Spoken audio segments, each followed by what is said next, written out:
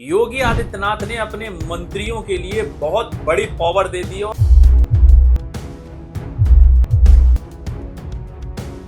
कि कुछ ऐसे अधिकारी हैं जो मीटिंग का बहाना करते हैं कि आज हमारी इस विभाग के अंदर मीटिंग है या कोई ऐसा काम है, बहाना मारकर और दिल्ली के अंदर घूमते हैं। ये बात की भनक योगी आदित्यनाथ को लग जाती है और फिर वो ऐसे अधिकारियों को चिन्हित करने के लिए अपने विभागों के मंत्रियों की ड्यूटी लगा देते हैं।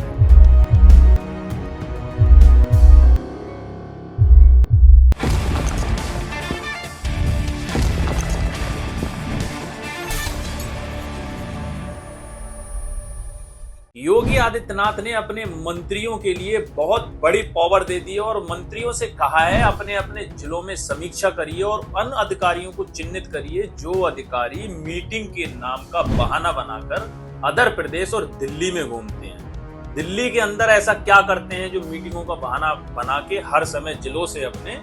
और दिल्ली के अंदर घूमने जाते हैं, क्या करने जाते हैं, उन सब की लिस्ट मुझे चाहिए। क्या है पूरा मामला, आखिर क्यों ऐसा कहा और आने वाले समय में किन अधिकारियों पर कार्रवाई हो सकती है, किन अधिकारियों की लिस्ट बन रही है, मैं पूरा इस लिस्ट में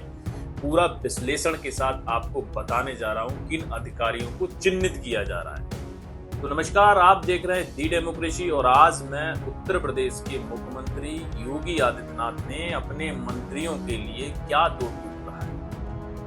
आप समझिए पूरी इस स्टोरी के लिए। लेकिन इस स्टोरी को शुरू होने से पहले मैं आपसे अपील करता हूं कि आप मेरे चैनल को सब्सक्राइब करिए, लाइक करिए और स्टोरी को सही लगे तो आप शेयर जरूर करिए। तो नमस्कार साथियों, जैसे कि मैंने कहा उत्तर प्रदेश के मुख्यमंत्री ने अपने मंत्रियों को एक आदेश दिया है और एक को टूक उनसे कहा है कि जो जो प्रभारी मंत्री जिन जिन जिलों के प्रभारी हैं, यानी कि उत्तर प्रदेश के अंदर हर जिले का एक प्रभारी मंत्री बनाया गया है, उसको चार्ज दिया गया है कि मेरठ का कौन है, मुजफ्फरनगर का कौन है, नोएडा का कौन है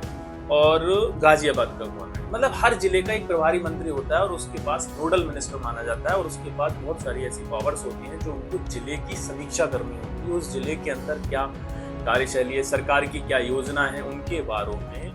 जो जिले के संबंधित सभी अधिकारी, सभी विभागों के अधिकारी, पुलिस हो, डीएम जिला प्रशासन हो, कोई भी अन्य विभाग हो जो भी काम करते हैं, उन सब के साथ उनको एक समीक्षा बैठक करनी होती है और उस बैठक के दौरान पर कार्य प्रणाली को चेक करना होता है कि कोई भी हमारी सरकार की योजनाएं काम कर रही हैं, जनता तक पहुंच रही हैं, हमारी सरकार की जितनी जन कल्याणकारी योजना है उन योजनाओं की समीक्षा करना होता है। लॉ एंड ऑर्डर कैसा है, जिला प्रशासन का कार्यशैली कैसी है जनता के प्रति, इन सबको देखना होता है। तो कुछ खबर ऐसी आ रही है कि कुछ ऐसे अधिकारी हैं जो मीटिंग का बहाना करते हैं कि आज हमारी इस विभाग के अंदर मीटिंग है या कोई ऐसा काम है, बहाना मारकर और दिल्ली के अंदर घूमते हैं। आखिर दिल्ली के अंदर वो करने क्या जाते हैं? लगातार कुछ ऐसे विश्वसनीय सूत्र और जो लगातार देखते रहते हैं वहां पर लगता है कि कुछ ऐसे अधिकारी हैं जो दिल्ली में दरबार लगाते हैं। दिल्ली में दरबार का मतलब है कि दिल्ली में बड़े अधिकारियों के पास बैठे मिलेंगे, बड़े संघ के नेताओं के पास बैठे मिलेंगे, कई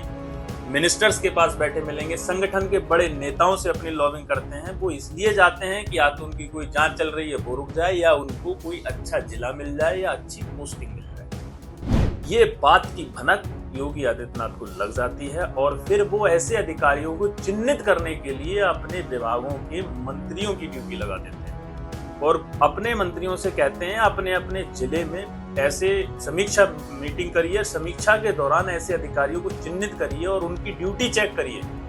कि जब वो अपने जिले से दूसरे जिले में गए थे तो अपने सीनियर अधिकारी या उच्च अधिकारी या मुख्यमंत्री कार्यालय से उन्होंने अनुमति ली थी प्रदेश छोड़ने, यानी कि उत्तर प्रदेश की सीमा छोड़ने के बाद दिल्ली तुरंत लग जाता है। अगर उन्होंने उत्तर प्रदेश की सीमा छोड़ी, अदर प्रदेश में गए थे तो क्या उनके पास अनुमति थी? अनुमति थी तो किस चीज की थी और वहां जाकर उन्होंने क्या किया उसकी भी समीक्षा कीजिए। किस मीटिंग से संबंधित थी ये भी समीक्षा कीजिए। आखिर ऐसा क्या हो गया, किसने ये बात मुख्यमंत्री तक पहुंचा दी कि अधिकारी दिल्ली में जाकर अपने लिए फील्डिंग कर रहे हैं, बैटिंग करना चाहते हैं कि हमारे लिए कोई अच्छा विभाग मिल जाए, जिले में पोस्टिंग मिल जाए, फील्ड में पोस्टिंग मिल जाए। जो अभी तक अधिकारी कुछ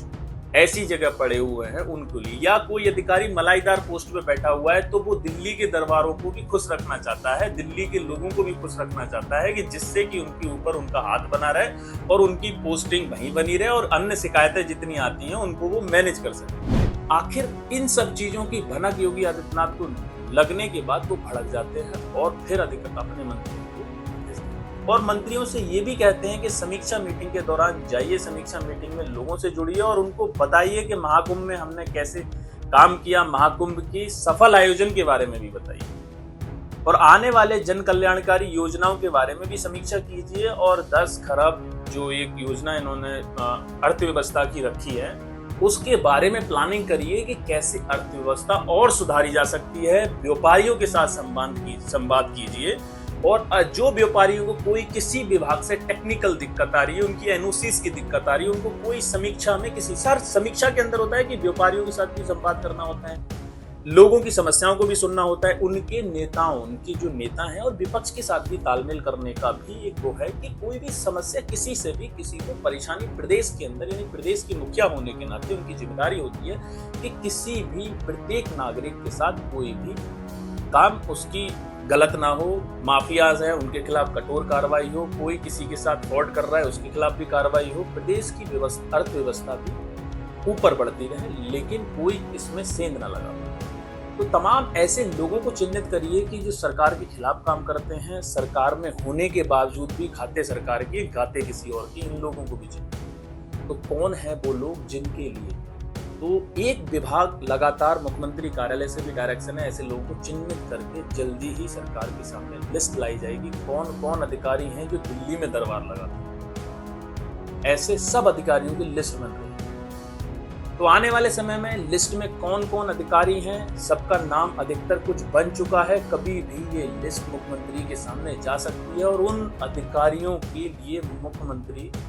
ऐसी जगह संट करेंगे, संट विभाग में भेजेंगे कि वो सब अधिकारी दिल्ली में दरबार लगाना भूल जाएंगे। यानी कि बहाना, मीटिंग है जाइए, कार्यप्रणाली पे काम कीजिए, उनकी कोई रोक नहीं है, लेकिन बेफालतू में काम के बहाने जाके जो अदर आप जगह घूमते हैं, लोगों से दरबार लगाते हैं और अपने पैरवी करते हैं लोगों के पास, यानी कि मुख्यमंत्री कार्यालय तक कौन पहुंचते हैं, उनकी पैरवी भी जाती है। अन्य लोग भी अलग अलग डिपार्टमेंटल जो चीफ होते हैं उनको भी फोन कराते हैं। योगी आदित्यनाथ का सख्त निर्देश है, सुधर जाओ,